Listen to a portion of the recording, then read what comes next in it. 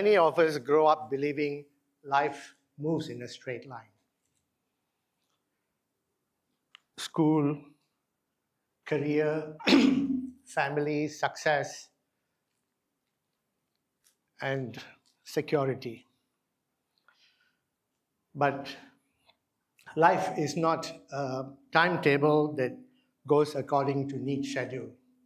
Life is like the weather, sometimes fickle, sometimes gloomy, sometimes radiant, and many times leaves ruins behind. I was 16 when my story broke. At home, the ground moved and my family fell into crisis. My studies unraveled, and when the final results came out, all doors that I had imagined for myself shut. At 16, I thought that was final. I'm done. That's the end of my life. Looking back on reflection, I think that was my first awakening. When my entire script was torn apart and I was left there undone.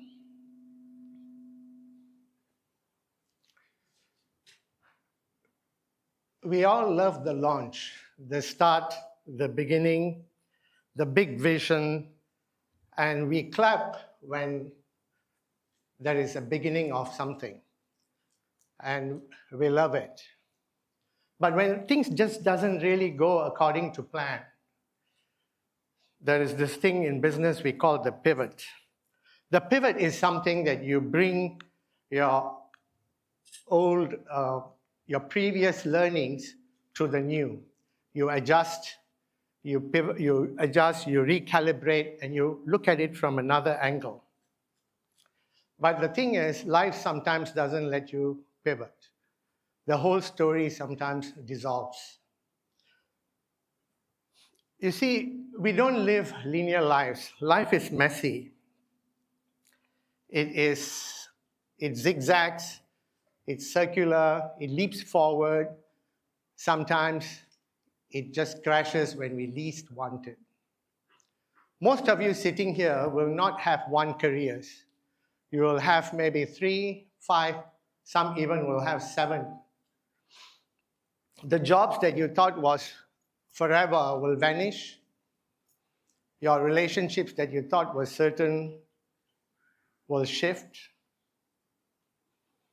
The ventures that you put your heart and soul into building may fail. Divorce, illness, the loss of loved ones. Psychologists call this awakening experiences or life quakes. When life throws you at that, what happens to you?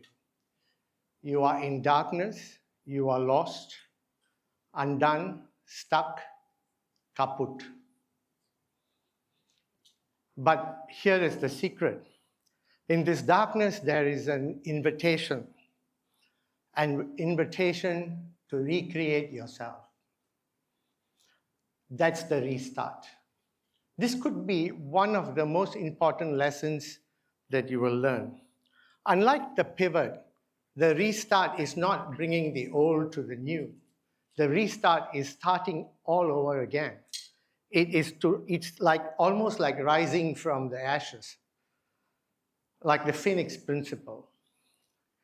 You do not bring all your past in.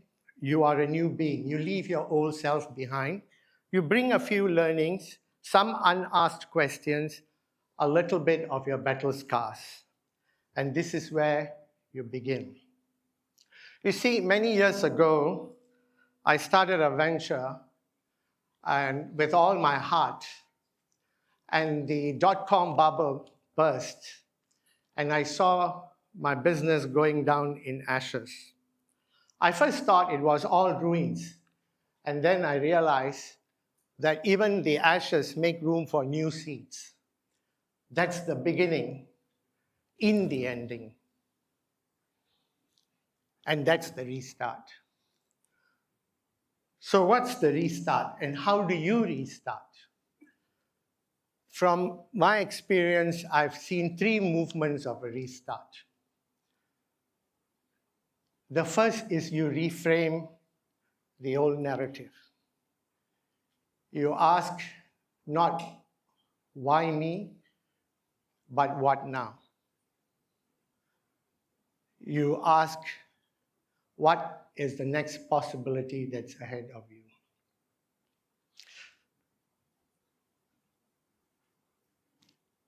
The second thing is you experiment. Uncertainty is the cage. I invite you to replace uncertainty with curiosity. And this is where you find new possibilities. Start small, take tiny experiments, and risk a little and learn a lot. The third thing is reflect. When you act, you reflect, and in reflection, you turn your experiments into wisdom.